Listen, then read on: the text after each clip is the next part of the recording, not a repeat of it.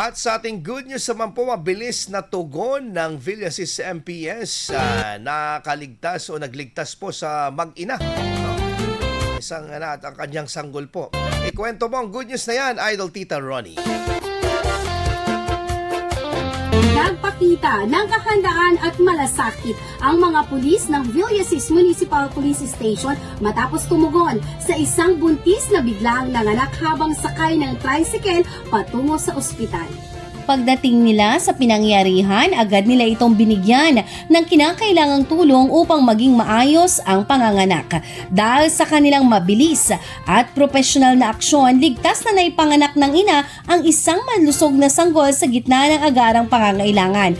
Matapos ang pangyayari, agad na isinakay ang mag-ina sa ambulansya ng munisipyo at dinala sa pinakamalapit na paggamutan para sa tamang pagsusuri at pangangalaga. Ito ay patunay ng dedikasyon ng kapulisan na magbigay ng mabilis, maaasahan at makataong serbisyo sa bawat mamamayan. Isinasabuhay nila ang tunay na diwa ng paglilingkod ng katapatan at malasakit ay higit pa sa anumang halaga. At iyan ang ating good news for today. Ako si Idol Tita Ronnie Tatak, IFM.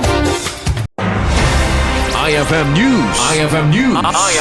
IFM News.